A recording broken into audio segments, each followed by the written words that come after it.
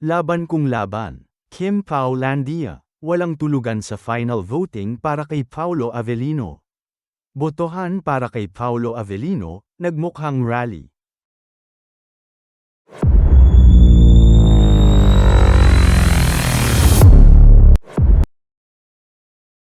Laban kung laban. Iyan ang sigaw ng buong Kim Paulandia sa umiikling panahon ng botohan hanggang Martes, July 14 para sa Outstanding Asian Star ng Seoul International Drama Awards. Ipinosti ng isang fandom ang iba't ibang fan group ng Kim Paulandia na umaabot sa 15.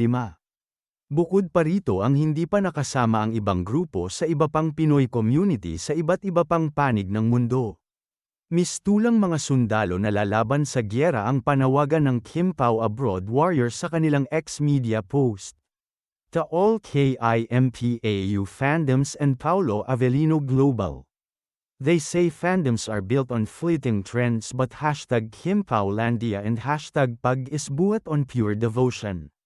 This SDA 2026 na voting month has tested our patience, stripped away our sleep, and pushed our anxiety to the limit.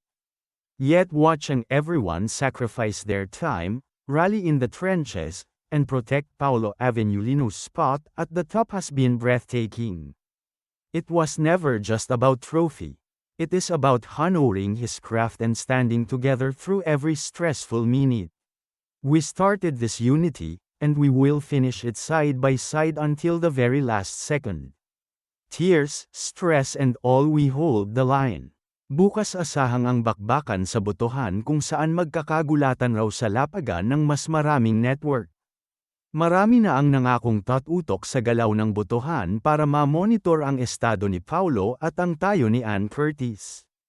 Magpapalitan ng shift ang iba para makapagpahinga ang isa.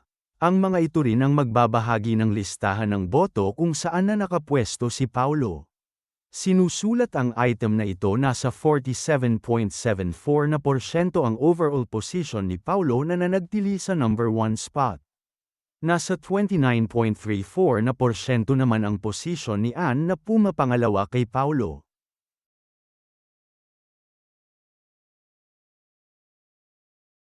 Samantala, nagmistulang rally ang panawagan ng Kim Paulandia na huwag tigilan ang pagboto kay Paulo Avellino para sa Outstanding Asian Star mula sa Seoul International Drama Awards o SDA. Trending sa lahat ng supporters ng Kim Pao ang isang AI-generated photos na nagpapakita ng iba't ibang placards, banners hawak ng maraming tao. Mababasa ang nakasulat sa banners at placards ang No Sleeping SDA Voting is Done. We are here till the end to vote for Paulo Avellino. Ang isa naman ay The Vote Continue for Paulo Avellino at United for Paulo Avellino until the SDA decision. Isang KPI na si @Heidi14344 ang nagpost nito kasabay ng message caption niya na bantayan ang botohan. When I say no one will sleep, I mean that I'm literally not sleeping. We are almost at the end of the voting process.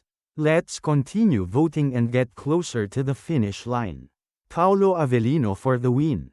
Aliw na aliw naman ang ilan nilang mga kapanalig na pinagmukhang national campaign at rally ang panghihikayat sa pagboto. Sinusulat ang item na ito na natiling nasa unahan pa rin si Paulo sa karera at pumapangalawa si Ann Curtis. Ngayong araw ang huling botohan, kaya naman itinutodo na ng Kim Paulandia ang sabay-sabay nilang pagboto para kay Paulo.